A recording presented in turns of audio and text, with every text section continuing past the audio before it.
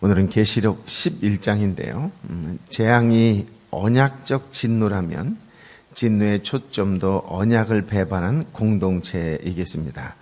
그래서 하나님의 심판은 베드로전서 4장 17절의 말씀에 의하면 항상 하나님의 집에서 시작한다라고 되어 있습니다.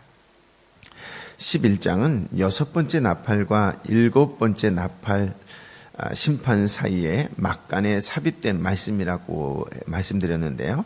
이 11장은 세 단락으로 구성되어 있습니다. 첫 번째 1절, 2절은 성전 측량하는 것으로, 또 3절부터 14절까지는 두 증인에 대하여, 그리고 15절부터 19절 내일 말씀은 7번째 나팔 심판에 대하여 나오지요. 1절, 2절 말씀을 다시 한번 읽어볼까요? 시작. 또 그는 내게 지팡이 같은 갈대 하나를 주며 말했습니다. 너는 일어나 하나님의 성전과 제단과 그 안에 경배하는 사람들을 측량해라. 그러나 성전 바깥 뜰을 내버려 두고 측량하지 마라. 이는 그것이 이방 사람들에게 주어졌고 그들이 42개월 동안 그 거룩한 도성을 짓밟을 것이기 때문이다. 앞서 1절, 2절은 성전 측량에 대한 말씀이라고 말씀드렸지요. 참고로 신약 성경에서 성전에 대해서 이야기할 때는 세 가지 의미가 있는데요. 첫 번째는 요한복음 2장 19절부터 22절의 말씀에 근거해서 그리스도의 부활하신 몸이다라고 하고요. 두 번째는 고린도전서 12장 12절부터 27절의 말씀을 근거로 해서 성도 개인의 몸이다라고 이야기하고요. 세 번째는 에베소서 2장 21절부터 22절의 말씀을 근거로 해서 교회 공동체를 성전이라고 이야기를 합니다. 오늘 계시록 11장의 말씀에서 나오는 성전이다라고 할 때의 그 단어의 의미는 교회 공동체를 의미한다라고 말씀드릴 수 있습니다.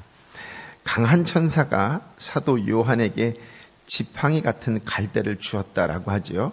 아마도 요즘 말로 하면 자가 아닐까, 이렇게 이렇게 재는 거, 측량하는 자가 아닐까, 그렇게 유추해 볼 수가 있는데요.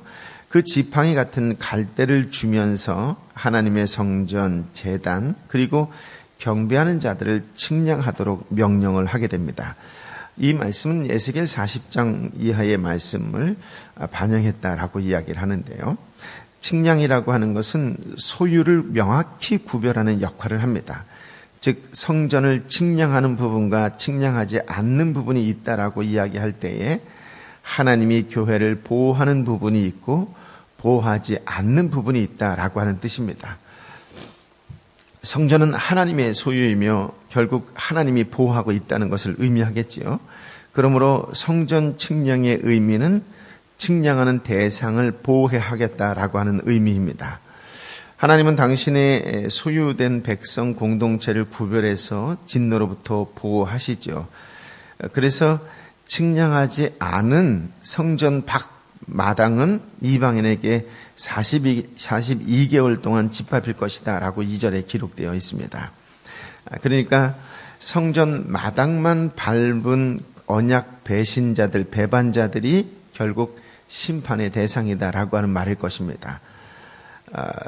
42개월 동안 이라고 얘기할 때 이 42개월은 다니엘서에서의 3년 반과 같은 기간인데요. 유대 역사상 가장 혹독했던 가문 기간이 3년 반이었습니다. 그래서 보통 3년 반 이런 단어를 사용하게 되면 심판의 혹독함을 떠올리는 표현이라고 이야기할 수가 있습니다. 로마 제국이 예루살렘을 함락할 때의 기간이 3년 반 걸렸습니다. 그러므로 유대 역사에 없었던 재앙이 3년 반 동안 예루살렘 성읍과 성전에 임했지요. 그러므로 참혹했던 그 사건은 언약 배반자들에게 임할 궁극적인 하나님의 심판을 지금도 엄중하게 경고하는 말씀이다라고 이야기할 수가 있습니다. 그러므로 신실하게 말씀에 순종하는 삶을 주님이 지금도 요구하고 계신다라고 하는 말씀이겠지요.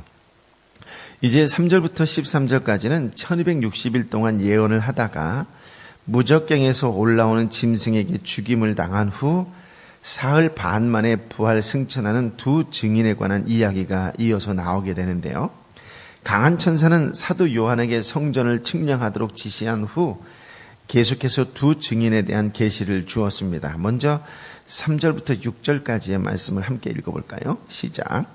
내가 두 증인에게 권세를 줄 테니 그들은 굵은 베옷을 입고 1260일 동안 예언할 것이다.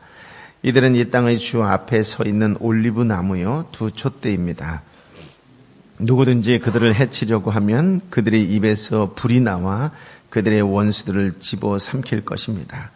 누구든지 그들을 해치려고 하면 반드시 이같이 죽임을 당할 것입니다.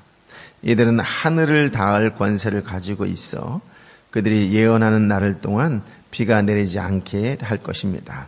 또 그들은 물을 피로 변하게 하며 언제든지 원하는 때 갖가지 재앙으로 땅을 칠 권세를 가지고 있습니다. 두 증인은 무엇을 하는 사람일까요? 이야기한다면 3절의 말씀에 보면 예언하는 사람이다. 이렇게 3절 말미에 되어 있죠. 즉 두 증인의 사역은 예언하는 사람이라고 하는 것이에요. 사도 요한이 온 세상을 대상으로 사역한 것처럼 두 증인의 예언 사역도 온 세상을 대상으로 하지요. 즉 두 증인은 사도 요한의 예언 사역을 계승하고 있다. 이렇게 이야기할 수가 있습니다. 여기서 예언이라고 하는 것은 하나님의 말씀을 대언하는 것, 즉 복음을 전하는 것을 말합니다. 두 증인에게 3년 반이라고 할 때 두 심판 기간에 두 증인이 권세를 받아 활동을 하게 되죠. 즉 3년 반을 1260일로 풀어서 매일매일의 활동을 강조하고 있다라고 이야기할 수가 있습니다. 그들은 어떤 옷을 입고 있어요? 굵은 베옷을 입고 있습니다. 근데 보통 이 구약에서 또 신약에서 굵은 베옷을 입었다라고 하는 것의 의미는 국가적으로 재앙과 관련해서 사역하는 것을 말합니다. 그러니까 국가적 재앙이 있을 것이다 라고 했을 때에 굵은 베옷을 입었다 이런 표현을 써요. 그러니까 굵은 베옷을 입었다라고 하는 건 다른 말로 회개해야 된다라고 하는 말이에요. 회개하였다 이런 뜻으로도 해석할 수가 있습니다. 그러니까 예를 들어서 요나 선지자가 니느웨 사람들에게 가서 심판이 있을 것이다 라고 했을 때에 그 나라의 백성들이 왕을 비롯하여 모든 사람들이 굵은 베옷을 입고 통곡하며 회개하였다 이런 말씀 나오잖아요. 그때도 바로 이 굵은 베옷에 대해서 이야기합니다. 그러니까 국가적 재앙에 관련해서 사역을 했다라고 했을 때의 살 길은 오직 회개하는 길밖에 없다 이렇게 보는 거죠. 또 두 증인은 두 감람나무와 두 촛대로 상징되지요. 감람나무는 스가랴 4장 3절이나 스가랴 4장 14절의 말씀에 근거하여 볼 때에 회복한 언약 공동체의 지도자를 상징하고요. 촛대는 이미 1장에서 살펴본 것처럼 새 언약 공동체인 교회를 상징합니다. 이 둘이라고 하는 숫자는 율법에서 증언을 유효하게 하는 최소의 숫자이지요. 그러니 두 증인이다라고 하는 것은 예루살렘 멸망 직전에 활동하는 새 언약 공동체를 상징한다라고 이야기할 수 있습니다. 새 언약 공동체는 모세와 엘리야가 두 증인 역할을 했었는데 이제 사도교회 시대에는 사도들의 권세가 마치 모세와 엘리야와 같다 이렇게 이야기할 수가 있습니다. 두 증인의 대적자는 원수를 소멸하는 불로 반드시 죽지요. 두 증인은 가뭄을 일으켜 물을 피로 만들기도 하고 가뭄을 일으키기도 하고 물을 피로 만들기도 하고 증언을 회방하는 적대자들에게는 언제든지 원하는 대로 재앙을 내릴 권세를 가지고 있다고 오늘 6절에 말씀하고 있습니다. 오늘날 보편적인 교회도 사도들이 수호했던 복음을 계속 계승해서 전파하는 다음 세대의 증인 공동체다 이렇게 이야기할 수가 있습니다. 사도 요한이 했던 그 사역을 두 증인이 계승하고 오늘날 이 땅의 교회가 바로 그것을 계승해서 복음을 계승해서 전파하는 그런 증인 공동체다라고 이야기할 수가 있다라고 하는 말씀이지요. 7절 8절을 함께 읽어볼까요? 시작. 그들이 그들의 증거를 마칠 때 무적경에서 올라오는 짐승이 그들을 공격해 그들을 이기고 그들을 죽일 것입니다. 그리고 그들의 시체는 큰 도성의 거리에 놓일 것입니다. 이 도성은 영적으로 소돔과 고모라라 불리는 것이도 그들의 주께서 십자가에 못 박히신 곳입니다. 두 증인의 권세는 증언 사역을 위해 필요했던 것이지요. 그래서 증거를 마칠 때는 무적경에서 나온 한 짐승과 전쟁에서 무력하게 죽게 됩니다.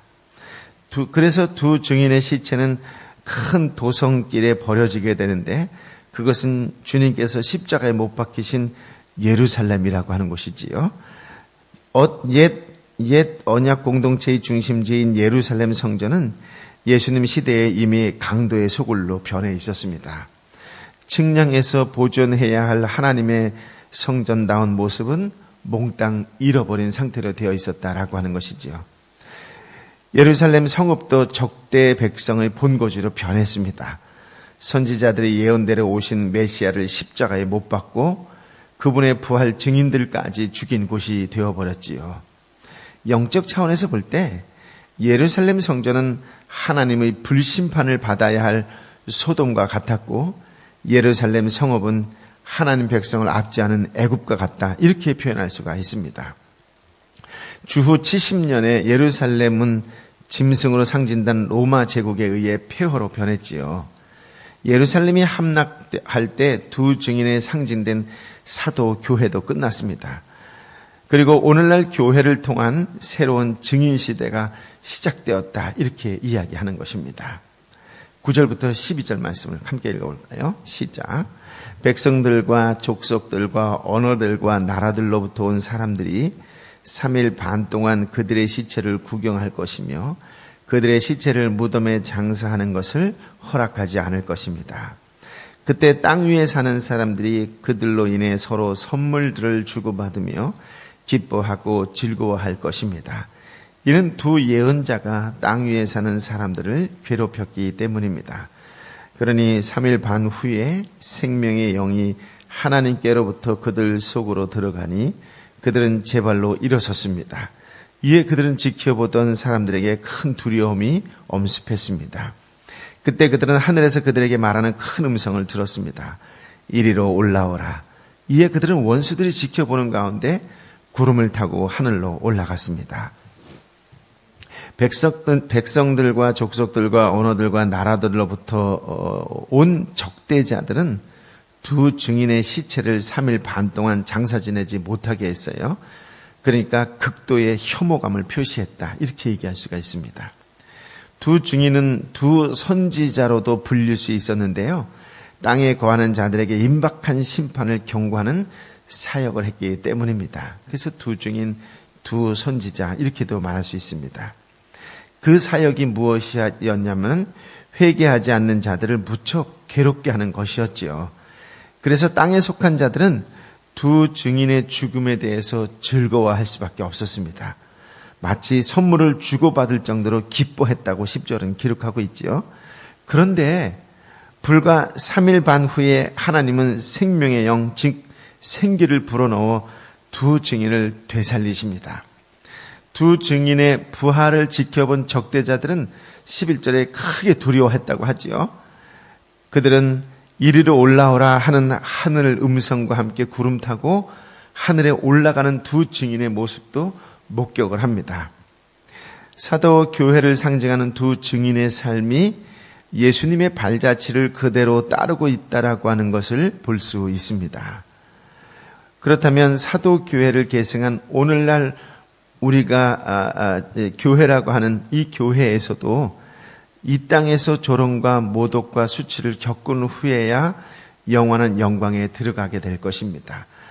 그러므로 신실한 그리스도인이라고 한다면 예수 그리스도 때문에 이 땅에서 조롱과 모독과 수치를 겪을 수밖에 없을 것입니다. 그러나 그런 것을 통하여 하나님께서 허락하신 영원의 영광에 들어가게 될 것이다 라고 하는 것이 우리에게 큰 위로요, 소망이라고 할 수가 있지요. 13절 말씀을 함께 읽어볼까요? 시작. 바로 그때 큰 지진이 일어나 도성의 10분의 1을 무너뜨렸고 7,000명의 사람들이 그 지진으로 죽었습니다. 이에 살아남은 사람들은 몹시 두려워하며 하나님께 영광을 돌렸습니다. 두 증인의 최종 승리와 함께 큰 지진이 일어나서 예루살렘 성읍이 10분의 1이 무너졌고 7천 명이 죽었다 그러지요. 근데 참 놀랍고 신기한 것은 구약에서는 의인 7천 명, 남은 자 7천 명이 있다고 하는데 이 신약의 시대에는 7천 명이 죽고 나머지는 살았다라고 하는 굉장히 반전이 일어나고 있는 모습을 확인해 볼 수 있습니다.